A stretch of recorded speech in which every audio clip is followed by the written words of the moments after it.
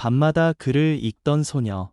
조선 정조 시대 감동 옛 이야기. 조선 정조 5년. 나라에는 학문을 장려하라는 임금의 뜻이 퍼지고 있었지만 그 배움은 여전히 일부 사람들에게만 허락된 것이었습니다. 글을 읽고 쓰는 일은 오직 남자들의 몫이었고 여자는 바느질과 살림만 알면 된다는 말이 당연한 진리처럼 여겨지던 시대였습니다. 한적한 시골 고을, 초가집 몇 채가 옹기종기 모여있는 작은 마을에 13살 소녀 연아가 살고 있었습니다. 아버지는 장터에서 짐을 나르는 품팔이꾼이었고 어머니는 남의 집 바느질로 하루하루를 버텼습니다. 집안에는 책 한 권 없었고 아이에게 글을 가르쳐 줄 사람도 없었습니다. 하지만 연아는 늘 궁금했습니다. 왜 어른들은 책을 보면 세상을 안다고 말하는지, 왜 글을 읽는 사람들의 눈빛은 다른 사람들과 달라 보이는지 말입니다. 마을 어귀에 있는 서당 앞을 지날 때마다 연아의 발걸음은 저도 모르게 느려졌습니다. 창문 너머에서 들려오는 훈장의 낭낭한 목소리와 아이들의 책 읽는 소리는 소녀의 마음을 사로잡았습니다. 그러나 연아는 서당 문턱을 넘을 수 없었습니다. 여자아이는 들어갈 수 없다는 말 한마디면 모든 설명은 끝났기 때문입니다. 그래서 연아는 밤을 선택했습니다. 달빛이 환하게 비치는 날이면 소녀는 몰래 집을 나섰습니다. 서당 뒤쪽 담장 아래 사람들의 눈에 띄지 않는 곳에 조용히 앉았습니다. 창호지 사이로 새어나오는 불빛, 그 사이로 흘러나오는 글 읽는 소리, 천지현황, 우주홍황. 연아는 흙바닥에 손가락으로 글자를 따라 그렸습니다. 낮에는 장작을 나르고 물을 깃는 아이였지만 밤이 되면 세상에서 가장 진지한 학생이 되었습니다. 비가 오는 날에도 바람이 거센 밤에도 연아는 서당 뒤를 떠나지 않았습니다. 그렇게 몇 달이 흘렀습니다. 그러나 그 모습을 지켜보는 사람이 있었습니다. 서당을 관리하던 조만수라는 사내였습니다. 그는 글을 지식이 아니라 권력으로 여기는 사람이었습니다. 글은 아무나 배워서는 안 되는 법이지. 그는 밤마다 서당 주변을 맴도는 소녀가 못마땅하기 그지없었습니다. 계집아이가 감히 그를 넘본다니. 어느 날 밤, 조만수는 연아를 붙잡아 내쫓았습니다. 다시는 이 근처 얼씬도 하지 마라.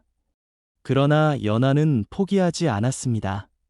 더 조심스럽게, 더 늦은 밤에 다시 서당 담장 아래로 돌아왔습니다. 그러자 조만수의 분노는 점점 증오로 바뀌어 갔습니다. 며칠 뒤 서당에서 귀한 책 한 권이 사라졌습니다. 조만수는 사람들을 모아놓고 외쳤습니다. 밤마다 서당 근처를 돌아다니던 계집아이를 내가 분명히 보았다. 연아는 영문도 모른 채 끌려 나왔습니다. 제가 훔치지 않았어요. 저는 그저 글을 듣고 싶었을 뿐이에요. 하지만 사람들은 고개를 돌렸습니다. 여자가 배움을 탐한다는 사실만으로도 이미 죄인이 된 시대였습니다. 아버지는 마당에 무릎을 꿇었습니다. 아입니다. 아직 철도 없습니다. 한 번만 용서해 주십시오. 그러나 조만수는 냉정했습니다. 질서를 어지럽힌 죄다. 이 고을에서 다시는 서당 근처에 얼씬도 못하게 하라. 그날 밤, 연아는 처음으로 글자가 미워졌습니다. 아버지, 제가 배우고 싶었던 게 잘못이었나요? 아버지는 한참 말이 없었습니다. 그리고 조용히 딸의 머리를 쓰다듬으며 말했습니다. 아니다, 연아야. 배움은 죄가 아니다. 바로 그때였습니다. 초가집 문 앞에 낯선 사내 하나가 찾아왔습니다. 초라한 옷차림이었지만 눈빛은 이상하리만큼 깊고 단단했습니다. 그는 연아에게 조용히 책 한 장을 내밀며 물었습니다. 이 글을 읽을 수 있느냐? 연아는 떨리는 손으로 책을 받아 들었습니다. 달빛 아래서 천천히, 그러나 또렷하게 글을 읽어 내려갔습니다. 사내의 눈빛이 변했습니다.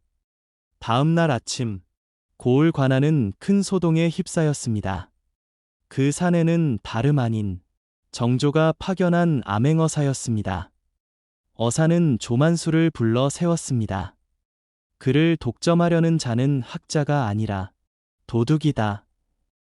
조만수가 숨겨왔던 비리와 행령이 드러났고 그는 파직되어 포승줄에 묶여 끌려갔습니다. 어사는 사람들 앞에서 말했습니다.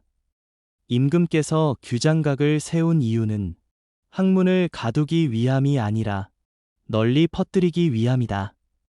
그리고 연하를 바라보며 조용히 덧붙였습니다. 배움은 태어남이 아니라 마음에서 시작되는 것이다. 연하는 한양으로 보내졌습니다. 궁중 문서를 정리하며 글을 배우게 되었고 그 소녀는 마침내 세상의 글을 온전히 읽게 되었습니다. 훗날 연하는 이렇게 말했습니다.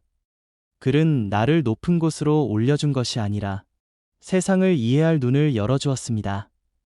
조선의 기록 어디에도 그 소녀의 이름은 남아있지 않습니다.